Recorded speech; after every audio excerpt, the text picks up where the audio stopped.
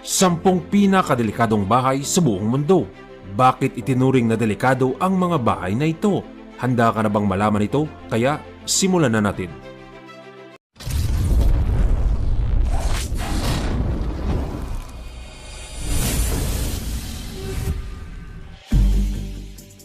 Number 10. The Gate of Europe Tower. Tinatawag din itong Puerta de Europa sa Espanyol.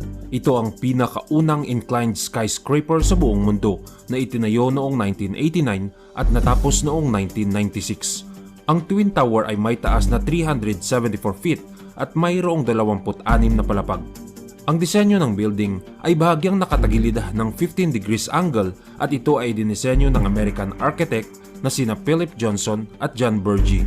Ito ang pinakamataas na inclined building sa buong mundo mula 1996 hanggang 2010. Bagamat dinisenyo at ginawa ng mga eksperto, pero magdadalawang isip ka pa rin na magtungo dito, lalo na't kung iisipin na ikaw ay nasa loob ng building na nakatagilid ng 15 degrees angle.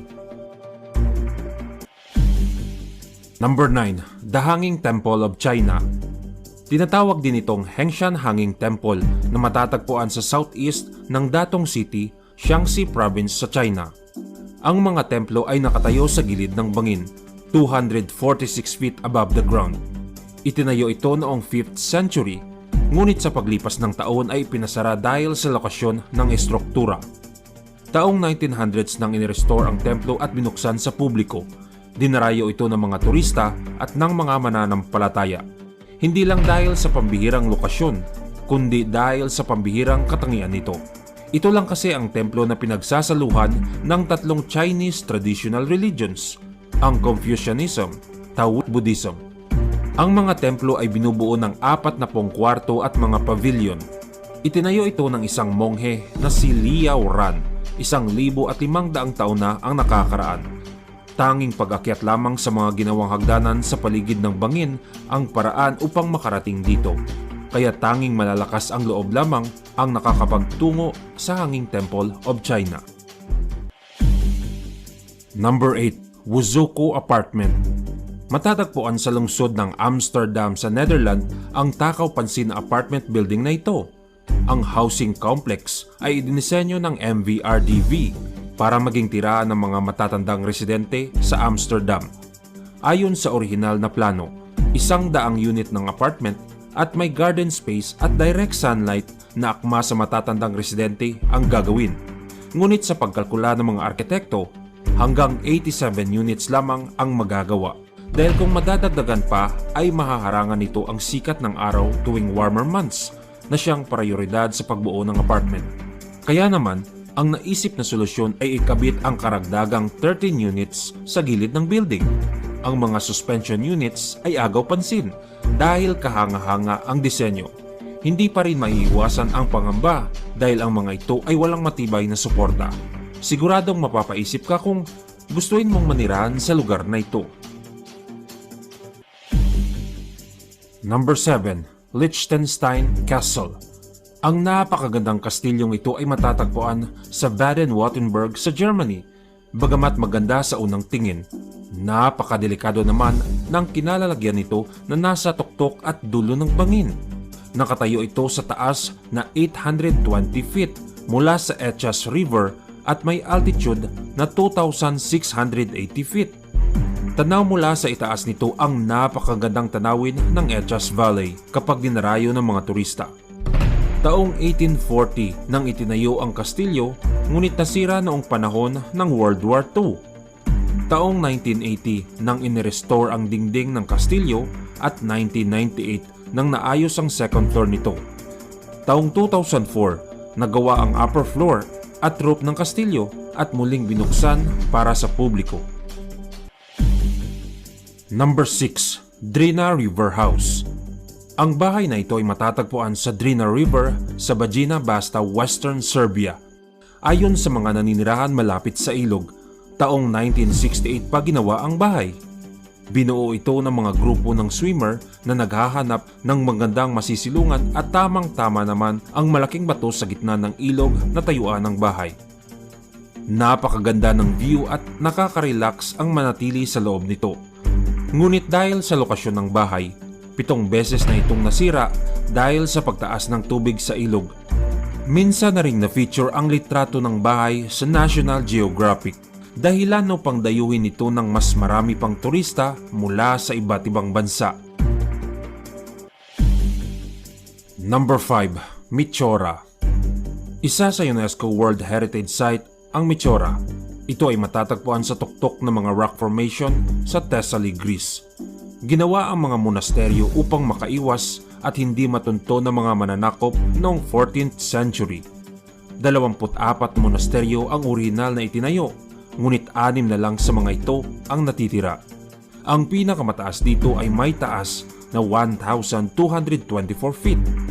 Tanging pag-akyat lamang sa mga hagdanan ang paraan upang makapunta dito. Tinatayang nasa 56 na tao ang naninirahan dito, kabilang na ang 14 na monghe at 41 madre. Dinadayo ito ng mga mananampalataya at ng mga taong interesado sa pag-aaral tungkol sa Eastern Orthodox Church. Number 4. Castelfollet de la Roca. Matatagpuan ang maliit na bayan sa probinsya ng Gerona sa Spain. Sa isang bahagi ng bayan ay matatagpuan ang isang komunidad na nasa tuktok ng bundok na bato na nabuo dahil sa volcanic formation. May haba ito ng halos 1 kilometro at may taas na 160 feet. Kamangha-mangha kung paano nagawa ang bahay sa tuktok ng matatarik na rock formation. Bagamat pambihira at may napakagandang tanawin mula rito. Karamihan sa mga bahay ay nasa dulo na at kinatatayuan na lubhang delikado at mapanganib para sa mga naninirahan dito. Number 3. The Chemosphere.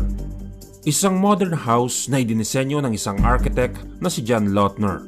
Ang bahay na ito ay minsan ng tinagurian na the most modern home built in the world ng Encyclopedia Britannica.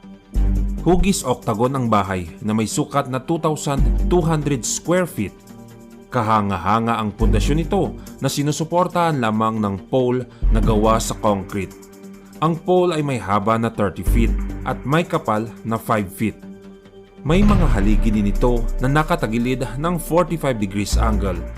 Dahil sa lokasyon ng Chemosphere, tanging customized funicular ang paraan upang makarating dito. Number 2. Takasugian Tea House. Ang Takasugian ay may kahulugan na a tea house too high. Matatagpuan ito sa Chino City sa Nagano, Japan. Idinisenyo ito ng architect na si Terunobu Fujimori na nakatayo lamang sa pagitan ng 2 pinutol na puno ng chestnut. Ang tea house ay mararating lamang sa pamamagitan ng pag-akyat sa freestanding na hagdanan. Ngunit bago umakyat sa tea house, ay kinakailangan munang magubad ng tsinelas o sapatos dahil ito ay isang tanda ng pagrespeto sa may-ari ng bahay. Ang espasyo ng tea house ay may sukat lamang na 29 square feet at tanging mga gamit pang tsaa lamang ang makikita dito.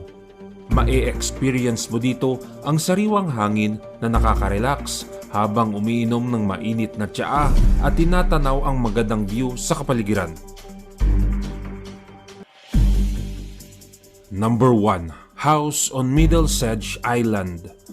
Nais mo bang magkaroon ng bahay na malayo sa iyong kapitbahay? Ang bahay na ito sa Middlesedge Island ang bagay sa iyo.